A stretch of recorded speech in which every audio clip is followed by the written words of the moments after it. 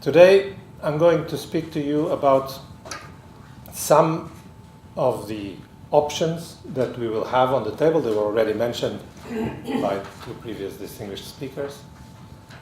And I want to emphasize how much they can contribute to a change not only in our mobility, but also in our life, and possibly to contribute to a situation in which transport, instead of being an element of aggression to the environment, could become an element of positive contribution to the environment. But it is not only the technology. The important thing is that we have policy options to make. And so we cannot let the technology drive the process. We must make the policy choices drive the process in full knowledge of what the technology allows. This is a house that is familiar to the ITF, but still some people in the room may not be very informed. Our mission is basically to help the member countries develop and disseminate good policy recommendations. So we are largely a think tank, but we are, before and everything else, an intergovernmental organization with 54 member countries. As you can see on the map, we are very well represented in the northern hemisphere, but for the moment, very poorly represented in the southern hemisphere. I hope I can start covering that gap in a few months, as soon as we have our restructuring of our financing scheme approved. We produce a lot of documents, hopefully good documents, and they are normally considered as very good documents. This is done largely with the collaboration of the countries. We have a scheme of different types of collaboration there. We are arguably the best transport statistics provider in the world, and we are organized around a joint transport research center, partly funded by our own budget, partly by the OECD. Let me go to the core of the subject. We are now in a situation in which the world has about 7 billion inhabitants, 50% urbanization rate, but the forecasts are telling us that in 2050 we should have about 9 billion, of which 80% urbanized. If you multiply these numbers, we conclude immediately that the total number of urban inhabitants between now and 2050 will more than double. Which means also that we must construct in the next 40 years more square meters of houses than are today totally available in the world. And it's not only houses, it's also all the types of infrastructure that goes along it. So it's a huge challenge just on that. And it's difficult from the technical, from the financial, but I would say mostly from the organizational point of view. It's a huge challenge. But there we have to think, how do we want that growth to go? Will the mega cities become hyper cities? Will the mid-sized cities become mega cities? How is it going to be? And this is largely the responsibility of national policies. It is not without consequences if we let the cities of 20 million become 40 million, or if we favor that the cities of 2 million go to 8 million. These are very different types of challenges then for the urban environment. And what will the mobility look like? In some of our big cities today, the very, very big cities, people from one neighborhood on the west very rarely go to the neighborhoods in the east. So are they still urban communities, or are they just geographical cluster of more or less independent urban smaller communities? And we have to think about that. Currently, it already happens that to cross Paris from one side to the other, I take more time than when I take the plane to fly to Lisbon. Am I closer to the other side of Paris or to my house in Lisbon? And it's not obvious. On some dimensions, it's one. On some dimensions, it's the other. And we have to think about these things when we think about the pros and the cons of having the very large cities.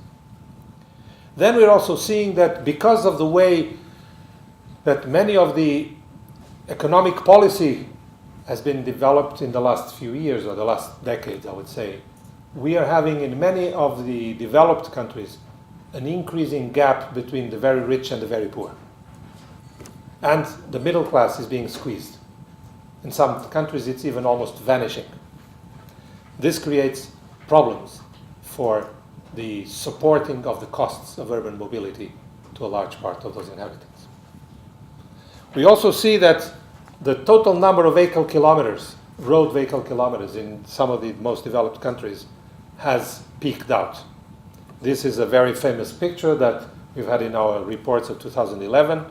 And you see here that United States, Japan, France have stabilized. Germany seems still to be growing there. I was in Germany last week. They've said it's now declining. UK is declining. Nobody yet knows. It's too early to know. Because this phenomena has come at the same time as the economic crisis, but also at the same time as Facebook. And so, what are the main reasons for this? Is it the economic crisis or is it Facebook? And nobody knows yet. Probably it's a combination of the two. We don't know. But we have to know one thing at least. It seems that the road traffic will not continue to grow similar to the past. So maybe it gets stable, maybe it gets a little lower. For instance, I was in Germany, I was in Dresden, they were saying, if we don't change the demographic composition of our city, 10, 15 years from now, we will have no congestion. Simply because of the difference in driving patterns of the older people related to the middle-aged people. We will have 15% less traffic. And with 15% less traffic, we have no congestion. So should we be investing now for the infrastructure solutions that would relieve the congestion over the next 5 years? What is the amortization period? If without that, we would have no congestion in 15 years from now. But we cannot be sure that the demographic structure will remain unchanged, because we may have new migrations, we may have new opportunities, we may have a bigger development of our university, and so more younger people coming. So there's a lot of uncertainty there. Some of the technical evolutions. We have big evolutions on the propulsion technologies, even on the combustion motors. The combustion engine, sorry.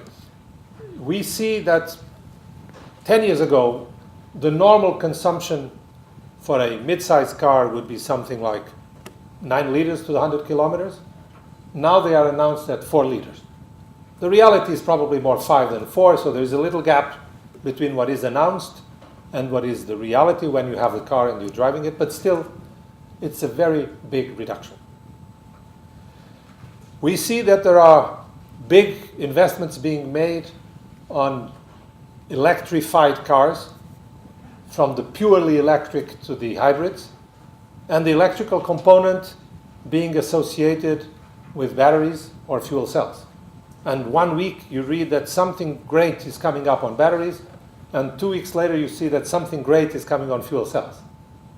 One thing seems obvious is that with so much money being invested in both those fronts, something will happen. And so it will not be a quick penetration, but we are certain that this will be growing, this penetration of an electric component in the fleet of vehicles. And it seems likely that for the next 20 years there will be a mix. Unless one of them suddenly makes a big break, there will be a mix. Something which is no longer questionable is that we have a very deep penetration of IT in all aspects of life, not only with our mobile phones, but also what is called the Internet of Things, with machine speaking to machine, and vehicle speaking to container, and container speaking to warehouse, and things like that. And we also see that the vehicle autonomy, in terms of not needing the driver or supplanting the driver, is something also coming very strongly. Let me look a bit at that. A few years ago, we were speaking a lot of V2I and V2V, vehicle to infrastructure, vehicle to vehicle. The most recent perceptions is that probably V2V will be predominant, for the simple reason that governments will not be able to come at the same speed as the technology is coming in investing in infrastructure. It would probably be a little bit easier from the technological point of view, but from the point of view of the speed of development, that would be a constraint on the evolution of the system. But if it is V2V, you need more bandwidth, you need more communication volume. And already some countries are starting to address the problem of what other areas of the radio spectrum have to be allocated for this. So some other users will be squeezed so that there is more communication bandwidth for the vehicles. Everybody now seems to agree that when it is the computer driving the car, it is safer than when we are driving it because it does not get distracted, it does not get tired. But there are some areas in which the complexity of the information for the moment is still too big, too fuzzy. And the difficult part is the handover. How do we change from human driver to the computer driver and vice versa? And then another area of interest, which is the liability. If something goes wrong when the computer was in charge, who is responsible? The vehicle manufacturer, the software developer, the maintenance shop who did something wrong on some of the fine-tuning, the driver himself. I personally have an opinion. This is something that we should leave to the insurance companies. So that in any case, probably, if this is so much safer than what is currently the reality, and all the numbers I get is that the estimated number of fatalities would easily go to something like 10% of what it is today, or less. Probably it would make sense to make everybody have full insurance, because the full insurance of tomorrow would cost less than just the third-party insurance of today. And then you would be left out of these technicalities, and the insurances would be seeing on your own track record how much you should be paying because of how well you deal with the handovers with the computer. Something like that. But so we have some difficult regulatory issues and some legal issues. But I have no doubt that the benefits in terms of traffic safety, if they are confirmed, which it seems they will be pushing the governments to take quick action on this, because it will be many thousands of lives saved every year. And so the argument of uncertainty of liability just falls down in a weight compared to how many lives you could be saving. I don't think there is any prime minister that is able to resist that, saying, we have to wait until everything is clear on the allocation of responsibilities. If you can reduce the number of killed people on the road by a factor of 10, there is no argument for waiting. But there's also another consequence, is that if it is the computer driving most of the time, driving will be less fun. A lot of people today already don't find it so fun, but a lot of people still find it very fun, and they like to buy a sexy car and things like that. So the mobility provided by the car will be felt more as a service than as enjoyment. And the car will be very different from what it is today. I've had a personal experience just a couple of weeks ago as I was preparing this. I have a grandson which is now just 3 years old. I showed him a picture of an old like 10 years ago telephone with this rotary dial. And he told me, "Grandfather, what is that?" For me, it was first a big thing, all black with a wheel, and the wheel with numbers. What is that? I said, "It's a phone." A phone? How did you do to speak there?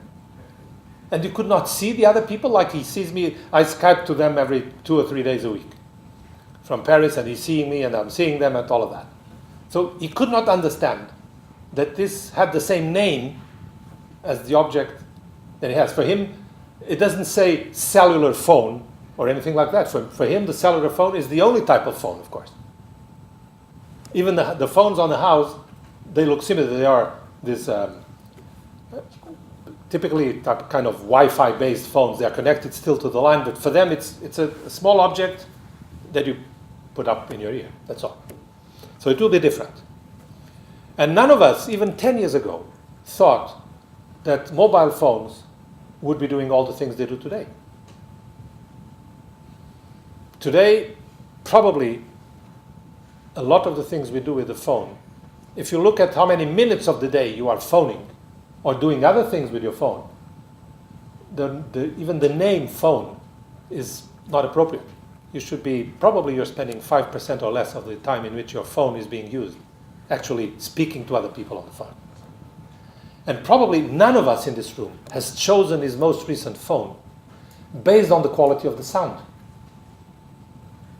We choose for the other things beyond the phone. So now try to transpose this in how we choose a car, how the car will be, and many different things will happen.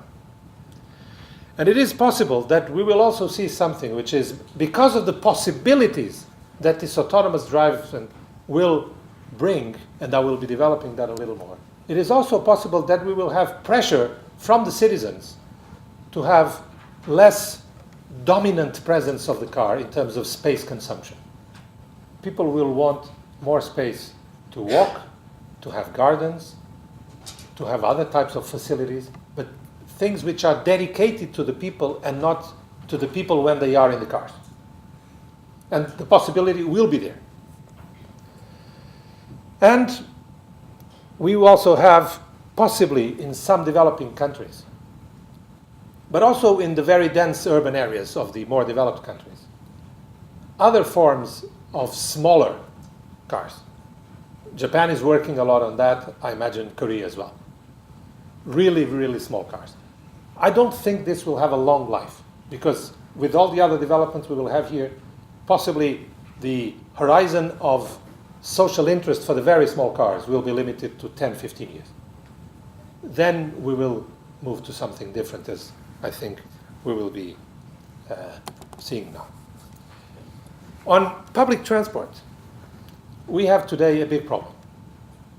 In many, many of our cities, public transport runs with significant operational deficits, because for many hours of the day you have to provide service, but the vehicles are rather, I would say, low, with very low occupancy rates. I did some 8 to 10 years ago a study for the UITP, the World Association of Public Transport Operators, looking at occupation factors in Europe and Latin America.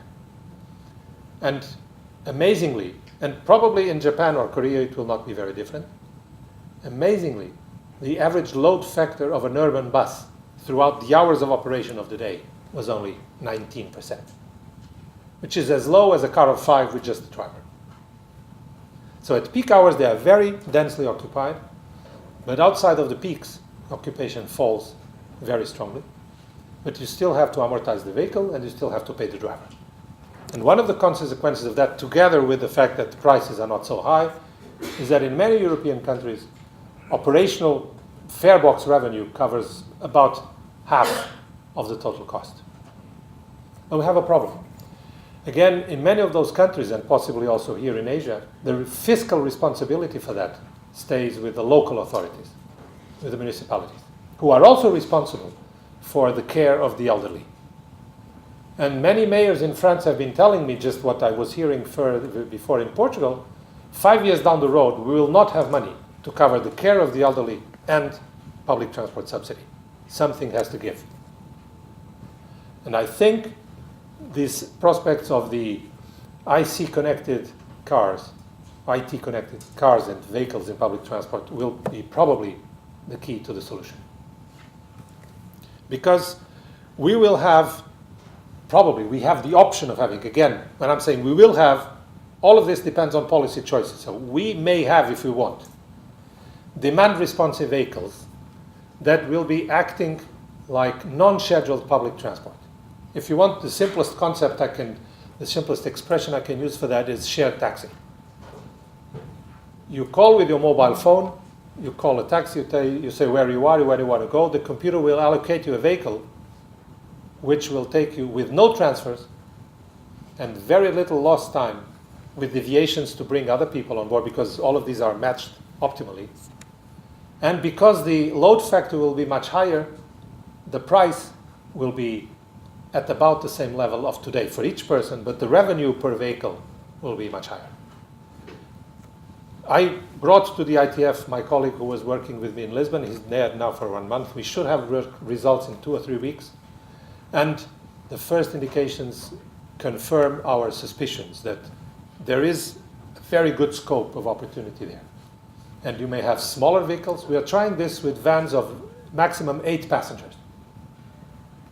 And we believe that we can address the very large majority of urban mobility problems based on this, possibly still keeping the railway lines, the metro lines, so the heavy modes, but all the service of the scheduled buses could be probably substituted with advantage by these kinds of vehicles. If you look at the reasons why so many people who were using buses before go to private cars, you know what is the main factor for that? It's called transfers. Transfers introduce slowing down and uncertainty. On this pattern, you would have 0 transfers, always door-to-door service. So that is by itself a major factor for acceptance. There are other difficulties. I will not be speaking only about that, so I will stop that notion for now. But please bear in mind that this notion of shared vehicles, small vehicles, 8 is a good size, brings a lot of promise there. And you can have very easy, because of all the communications, you can have very easy connection with the people and bring the vehicles where they are necessary. How do we come to this? It's very interesting. We all know that our cars sleep more than the koalas. They sleep at least 90% of the time. But it is less known that at the peak of the peak of the peak, the 5 minutes of more traffic at the same time, only 25% of the cars or so are active. So we have an industry with a capital reserve of 4-1. It's huge. If we were able to manage it better, we could do it easily with half the number of cars we have today. And if you manage it much better, you could probably have a reserve factor of maybe 25%, 30%, but not 300%. And so we can have a gradual shift to vehicle sharing, which is the kind of... I'd like to distinguish between vehicle sharing and ride sharing. Vehicle sharing is what we have now in Paris with Autolib and in many other cities, like one user at a time, but the same vehicle is used by 8 or 9 different people each day. This is vehicle sharing. Another thing is ride sharing, which is the concept of taxi, shared taxi that I was mentioning. In the same ride, different people with different origins, different destinations. Let me just make a parenthesis here to tell you something very interesting. You know why the shared taxis today are not in presence in any of our cities? Very simple. It's illegal. Regulation is blocking it. Because the definition of taxi is a service on demand for the same group of users from one point to another point. The notion of having me on board, and then you come in, and then you come in, and then I get out, and then one of you gets out, and then the other one, and in the meantime you get in, etc., is against the legal definition of taxi service. And so this is not in practice. And in many of the examples I will be giving, you have this problem that some of the things here will be technologically possible before they are regulation-wise accepted. So we will have to give kind of a bit of pressure here. So we will be able to reduce costs by having higher occupation in the vehicles. We should be remembering that the problem we have is not mobility, is access. Mobility is an instrument to provide the real goal, which is access. And we will be having a massive release of public space. Imagine the first thing is parking. Our car occupies, when parking, if it is on the public street, something like 12.5, 13, 14 square meters. If it is in a constructed structure, something closer to 18 to 20 square meters. It's a huge amount of space. We've done some numbers for Lisbon. And what you could hope is to have a reduction of public space needed in the order not of hectares or acres, but square kilometers. So this poses very great possibilities for rethinking the urban space, including the slow mobility things like walking and bicycles, etc. And we will inevitably have, if this moves forward, a virtual solution to the problem of congestion, because the total number of vehicles in movement at any time would be much lower. And because we will be having less cars, which are more used, the rotation of the fleet will be quicker, and so in average cars will be cleaner. Independent of the speed of the technological evolution, the rotation, the average age in the fleet will be lower. And so we will have cleaner fleets. But there's other things. One problem which is very acute in our societies, and is becoming more acute inevitably, is how do you solve the problem of aging citizens? There's a lot of people in my generation that never went on public transport. They don't know how to use it. They're accustomed to driving the car. But one of these days, the doctor will tell you, sorry, Jose, you cannot drive a car. But then I would say to the doctor, no, I cannot drive a car, but now there are cars which drive for myself. And then I don't need even your permission. I can still take a car to take me there. So independent of the question of sharing, the question of autonomy will bring a solution for this problem, which otherwise will be very tough to solve. And in the taxes as well, this will make the industry a lot more healthy. Today, taxis are a very regulated industry, but they spend about half of their time idle because of the peak in demand and because of the very strict labor regulations that they have. So by having bigger autonomy, in the end you can even have taxis without driver. Before that, I hope we will go to shared rides with a driver, but you could have no longer the need for the driver. We may also have, because if this squeeze of the middle class continues, we may also have problems that will lead that some people will prefer to have two-wheelers instead of cars. I mean, you see this, for instance, in Vietnam and many other places. But two-wheelers are a problem for safety. So we may have also here some regulation to do and push some of these people into solutions of shared cars instead of two-wheelers, because they will provide an equivalent level of mobility with much higher safety. As I said before, the main question we have to remember is that mobility is not a political goal in itself. It is access. And that means if we want to have good access to all citizens so that they can enjoy good possibilities of using social facilities, access to jobs, but also to meeting friends and leisure, we have to think that it is not only transport, it's also land use. And because of the compartmentalization of public policy, we have many cases in which, for instance, decisions about elementary schools were made to save costs on the elementary school, but they generate unnecessary mobility in the city. To give you some numbers from Paris, when there is holidays on elementary schools, traffic peak volumes in Paris are reduced by 8 to 10%. And you notice that on the reduction of congestion. So this is what they call taxi maman, taxi papa. Parents driving kids to school is responsible at the peak hour by some 8 to 10%. And so we have this paradigm shift, which is side by side with the technological evolution. We have to concentrate on the goal of promoting access.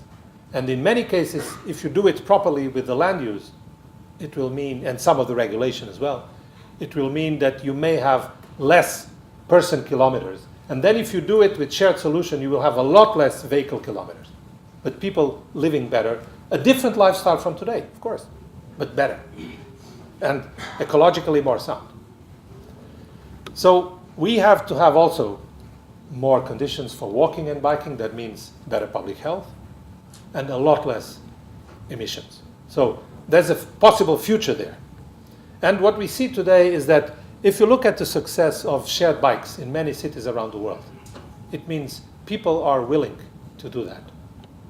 And it has been a great success whenever it's introduced.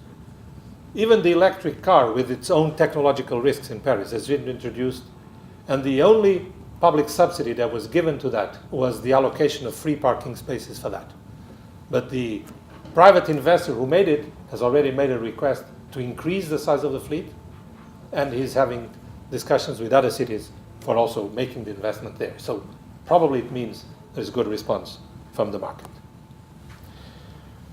Korea being a country with several important car manufacturers, I think it's interesting to make also a reflection. What happens to them?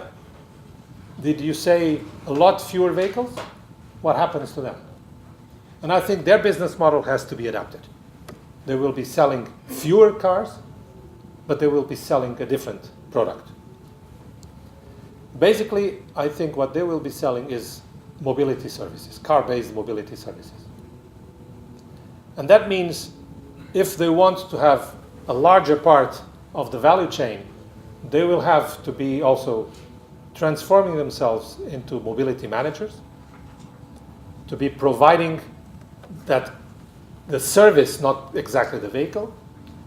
Possibly they will have to associate with other companies to provide different types of service with the vehicles at different moments. So like some days or some trips you want basically a shared car and a decent seat. Other times you will want a cabrio because you want to take your kids for a nice ride and you don't want to share it. Some other moments it will be something different. You need a small truck because you want to go and pick up some load. The car manufacturers will have to understand that they need this range of services either in themselves or with associate partners. And the main difficulty will be that they will have to transform themselves into being something more similar to what is today Apple. In an iPhone that many of us have, a small part of the components, if any, is manufactured by Apple. They do the design, they do the specifications, they control the productions of others. But some of the companies who are producing for Apple also produce for the main competitors of Samsung and the other Android brands. And in the end, you know what? You don't care, and I don't care. I have not opened my iPhone, even if I could. Apparently I can't. But if I could, I've not opened my iPhone, and I have another Android phone, and go and disassemble them to see, which components are made by this manufacturer or the other manufacturer. What I care is that they're simple to operate and they run properly. So they will have to concentrate a lot less on the actual manufacturing. They will have to go to the value chain at the beginning, the concept of the car, and at the end, the usability of the cars.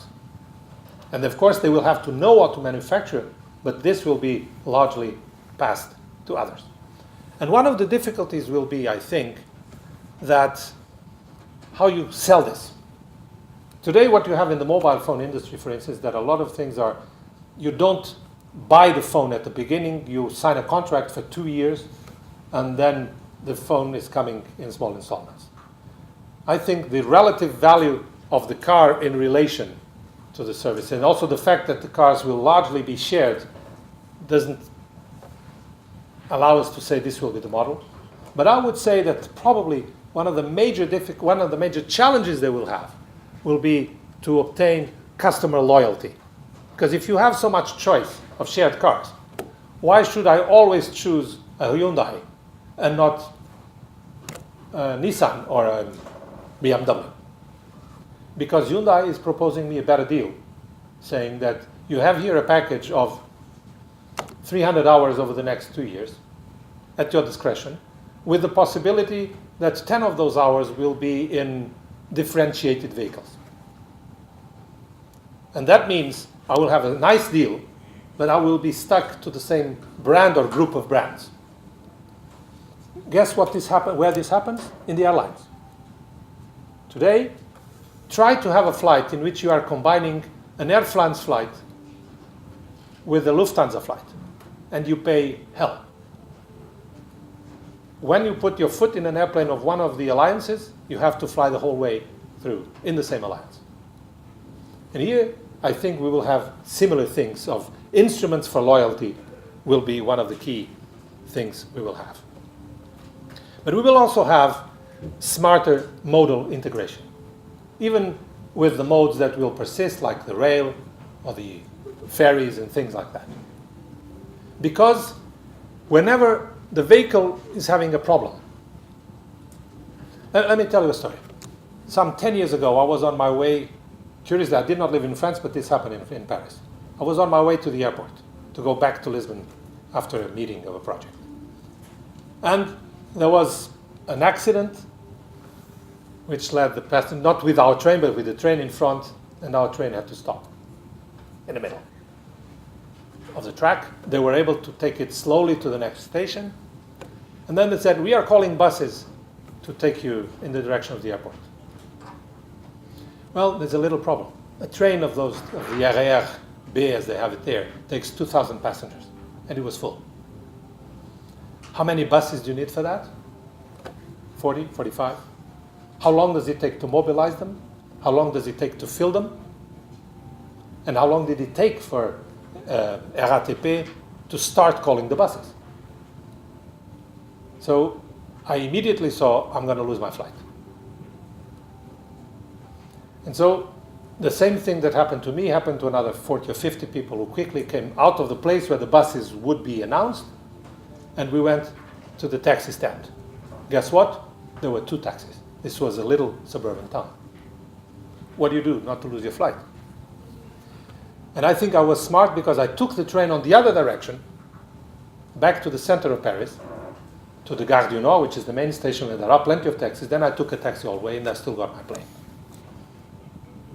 Tomorrow, if you have all this IT integration, each of us will receive on his mobile phone where to go, and it will be different solutions for different people so that you avoid this crowding. But this will be provided by default.